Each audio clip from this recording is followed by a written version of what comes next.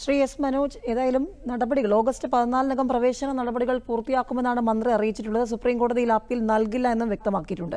അങ്ങനെയാണെങ്കിൽ എന്താണ് പ്രതീക്ഷിക്കുന്നത്? നിലവിൽ സർക്കാർ കേരളത്തിലെ വിദ്യാർത്ഥികളെ തോൽപ്പിച്ചു എന്ന് മാത്രമാണ് നമുക്ക് മനസ്സിലാക്കുന്നത്.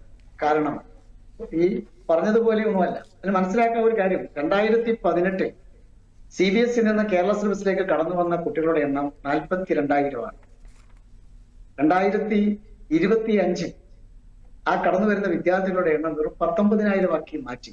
ഇത് സർക്കാരിന്റെ 2018 തൊട്ടുള്ള സർക്കാരിന്റെ ഒരു തീരുമാനം തന്നെയാണ്. പൊതുവിദ്യാലയങ്ങളെ സംരക്ഷിക്കുക എന്ന് പറഞ്ഞുകൊണ്ട് പൊതുവിദ്യാലയങ്ങളിലെ വിദ്യാർത്ഥികളെ തോൽപ്പിക്കുക ചെയ്തത്. ഈ സമീകരണം എല്ലാവരും പറയുന്നു, സമീകരണം തെറ്റാണെന്ന് ഞാൻ പറഞ്ഞില്ല. പക്ഷേ ഈ സമീകരണ പ്രക്രിയ രാജ്യത്തൊരിടത്തുമില്ല, ഒരു ദേശീയ പരീക്ഷകളിലും നടപ്പിലാക്കിയിട്ടില്ല. പിന്നെ തമിഴ്നാട്ടിൽ നടത്തിയ ഒരു സമീകരണ പ്രക്രിയയുടെ നോർമലൈസേഷന്റെ ഭാഗമായിട്ടാണ് ഇന്ന് സംസ്ഥാനത്ത് ഈ റാങ്ക് ലിസ്റ്റ് പ്രസിദ്ധീകരിച്ച്. തമിഴ്നാട്ടിൽ എൻട്രൻസ് പരീക്ഷയില്ല എന്നുള്ളത് യാഥാർത്ഥ്യമാണ്. അവിടെ ഫിസിക്സ്, കെമിസ്ട്രി, മാത്സിന്റെ മാർക്കിന്റെ അടിസ്ഥാനത്തിലാണ് അവർക്ക് അഡ്മിഷൻ കൊടുക്കുന്നത്. അതേപോലെ കേരളത്തിൽ തുടർന്നാലും കുഴപ്പമില്ല.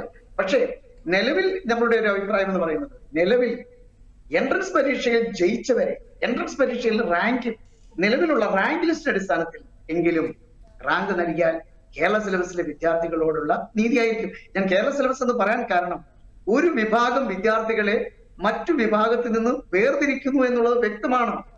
ഞാൻ കണക്കെടുത്ത് പറഞ്ഞില്ലേ, നമുക്ക് നോക്കാം, 500 റാങ്ക് ഒക്കെ വന്നു കഴിഞ്ഞാൽ ആ കുട്ടികളുടെ അവസ്ഥ എന്ന് പറയുന്നത്, അതായത് 1066 റാങ്ക് കിട്ടിയ കുട്ടിയുടെ റാങ്ക് എന്ന് പറയുന്നത് 870. അതായത് CBSE പഠിച്ച കുട്ടി 1065 റാങ്ക് മേടിച്ചാൽ 65 സ്ഥാനത്ത് വന്നാൽ റാങ്ക് 870. എന്താണിത്? അതേസമയം അതേ സ്ഥാനത്ത് കേരള സിലബസിലെ ഒരു കുട്ടി വന്നാൽ 1194 റാങ്ക്. ഒരേ മാർക്ക്, ഒരേ എൻട്രൻസ് പരീക്ഷയിലെ മാർക്ക്, ഒരേ പരീക്ഷ. കേരള സിലബസിൽ നിലവാരമില്ലെന്ന് ആരാണ് പറഞ്ഞത്? മുഴുവൻ മാർക്കും കിട്ടിയ കുട്ടികളല്ലേ ഇവരൊക്കെ? മുഴുവൻ മാർക്കും കിട്ടിയ എത്ര കുട്ടികളുണ്ട്? CBSE പോലെ തന്നെ, അത് ഞാൻ പറഞ്ഞല്ലോ, സാമ്പത്തികമായി മുന്നോക്കം നിൽക്കുന്ന അവർക്ക് എൻട്രൻസ് കോച്ചിങ് ഉൾപ്പെടെയുള്ള സാഹചര്യങ്ങളുള്ള വിദ്യാർത്ഥികളാണ് CBSE എന്നുള്ളത് സമ്മതിക്കുന്നു.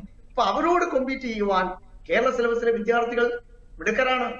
ആ മിടുക്കരായ വിദ്യാർത്ഥികളെ തോൽപ്പിക്കുന്നതിനെതിരെയാണ് സംഘടന മുമ്പോട്ട് വന്നത്. ഇത് 2018 തൊട്ട് സംഘടന പറയുന്നതാണ്. ഈ 2018 മുതൽ സംഘടന സംസ്ഥാന സർക്കാരിനോട് ആവശ്യപ്പെടുന്നതാണ്. കഴിഞ്ഞ വർഷമാണ് ഇത് അതിശക്തമായി ഞങ്ങൾ ആവശ്യപ്പെട്ടത്.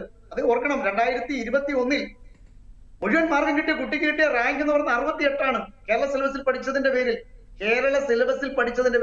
കേരള ഹയർ സെക്കൻഡറിയിൽ പരീക്ഷ എഴുതിയതിന്റെ പേരിൽ ഒരു കുട്ടിക്ക് 1ാം റാങ്ക് വരുമ്പോ അവനെ 68ാം റാങ്കിലേക്ക് മാറ്റി നിർത്തുന്നത് ന്യായമാണോ? അത് ന്യായമാണോ? അതേസമയം 68ാം റാങ്കിൽ കിടക്കുന്ന കുട്ടി 1, 2, 3 റാങ്കിലേക്ക് കടന്നു വരുന്നത് ന്യായമാണോ? അവിടെയാണ് ഞങ്ങളുടെ ചോദ്യം. അപ്പം ഇത് കേരള സിലബസും CBSE തമ്മിലുള്ള മത്സരമല്ല. പകരം ഒരു വിഭാഗം വിദ്യാർത്ഥികളെ താഴ്ത്തുന്നു എന്ന് തോന്നിപ്പിച്ചതാണ് ഞങ്ങളെ. സർക്കാർ തങ്ങളെ കൊണ്ട് തോന്നിപ്പിച്ചാണ്. ഇനി ഒരു കാര്യമുണ്ട്, സർക്കാർ ആത്മാർത്ഥത ഉണ്ടായിരുന്നെങ്കിൽ ഇത് നേരത്തെ തന്നെ ഈ പ്രോസ്പെറിറ്റിയിൽ മാറ്റം വരുത്താൻ കഴിയുമായിരുന്നു. സർക്കാർ ഒരു ഇരട്ടത്താപ്പാണ് കാണിച്ചത്. കേരളത്തിലെ പൊതുസമൂഹത്തോട്, കേരളത്തിലെ പൊതുജനങ്ങളോട് പൊതുവിദ്യാലയങ്ങളെ ഞങ്ങൾ സംരക്ഷിക്കുന്നു എന്ന് കാണിക്കുകയും എന്നാൽ അവരെ പറ്റിക്കുകയും ചെയ്തു എന്ന് തന്നെയാണ് ഞങ്ങൾക്ക് മനസ്സിലാക്കാൻ കഴിഞ്ഞത്. കാരണം കൃത്യമായി പ്രോസ്പെക്ടസിൽ പറഞ്ഞ് കൃത്യമായി പരീക്ഷ നടത്തിയിരുന്നെങ്കിൽ ഈ പ്രശ്നം ഉണ്ടാകുമായിരുന്നില്ല. തന്നെയുമല്ല, ഈ രീതിയിലുള്ള സമീകരണ പ്രക്രിയ അംഗീകരിക്കാനാവില്ല. നിലവിലുള്ള സമീകരണം ഒരു കാരണവശാലും തുടർന്നുള്ള വർഷങ്ങളിൽ പോലും അനുവദിക്കാൻ പാടില്ല. പകരം വിദഗ്ധ സമിതി പുതിയ റിപ്പോർട്ട് ഉണ്ടെങ്കിൽ അത് നമ്മുടെ മുന്നിൽ വെക്കട്ടെ, സമൂഹത്തിന് മുന്നിൽ വെക്കട്ടെ. അപ്പൊ നമുക്ക് അതിനെക്കുറിച്ച് ചർച്ച ചെയ്യാം.